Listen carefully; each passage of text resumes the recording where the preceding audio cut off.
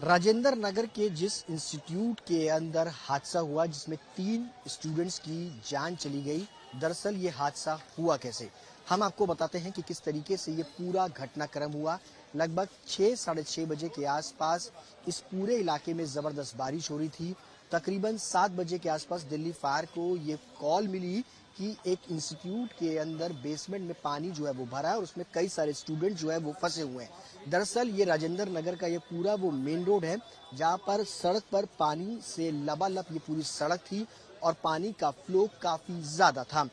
जब इस दौरान यहाँ से एक गाड़ी जो है वो गुजरी और इंस्टीट्यूट के अंदर अगर आप देखेंगे तो ये पूरा वो मेन गेट है, जिस मेन गेट को अगर आप देखेंगे और समझेंगे कि तकरीबन सड़क से इस पूरे पार्किंग एरिया की जो ऊंचाई है वो पूरा जो स्लोप है तकरीबन 2 से 2.5 फीट का है। सवाल यही है कि 2.5 फीट का ये पूरा स्लोप है तो पानी अंदर गया कैसे।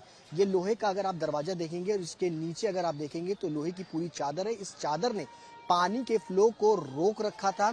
जब यहाँ से गाड़ी होकर के गुजरी तो उसने पानी के फ्लो को अंदर की तरफ पार्किंग की तरफ धकेला, जिसमें आप देख सकते हैं कि लोहे का जो गेट है, मैं अपने कैमरामैन से कहूंगा कि वो दिखाएं कि लोहे का जो ये गेट था वो पूरी तरीके से टूट गया और पानी का जो फ्लो है वो तेजी के साथ अंदर की तरफ चला गया। और नीचे पार्किंग के जस्ट बेसमेंट है जिसमें तकरीबन 100-150 करीबन बच्चों के बैठने की व्यवस्था है। और जिस वक्त ये हादसा हुआ उस वक्त तकरीबन यहाँ पर 25 से 30 स्टूडेंट्स मौजूद थे जिनको रेस्क्यू करके बाहर निकाला गया और तकरीबन 11 से 12 स्टूडेंट्स उस वक्त यहाँ पर फंसे हुए थे जब पानी का फ्लो तेजी के साथ अंदर की तरफ बढ़ रहा था। उनको बाहर निकाला गया लेकिन 3 स्टूडेंट्स पूरी तरीके से फंस गए। 3 जो इसके अंदर स्टूडेंट्स थे उनमें से 2 फीमेल स्टूडेंट्स थी और एक मेल स्टूडेंट था। आप ये समझिए कि पानी का फ्लो किस तरीके से तेजी के साथ बढ़ा, लेकिन उसके साथ साथ इस पूरी रोड पर पानी ही पानी जो है वो भरा हुआ था। अभी भी आप देखेंगे तो बड़े स्तर पर जो नाले और सीवर की गाद है वो आपको यहाँ पर सड़क के चारों ओर यहाँ पर आपको नजर आएगी। बड़े बड़े पाइप के जरिए यहाँ पर पानी को जो है वो देर रात तक एनडीआरएफ की टीम और फायर की जो टीम है उनको मशक्कत के बाद जो है वो बाहर निकालना पड़ा। अभी भी जो जितने भी यहाँ पर एमसीडी के नाले हैं वो चौक पड़े हैं, उसको लेकर के कई बार कंप्लेंट्स जो है वो दी गई लेकिन किसी ने भी उस पर एक्शन नहीं लिया। लेकिन जब ये हादसा हुआ उसके बाद प्रशासन जो है वो जागा है।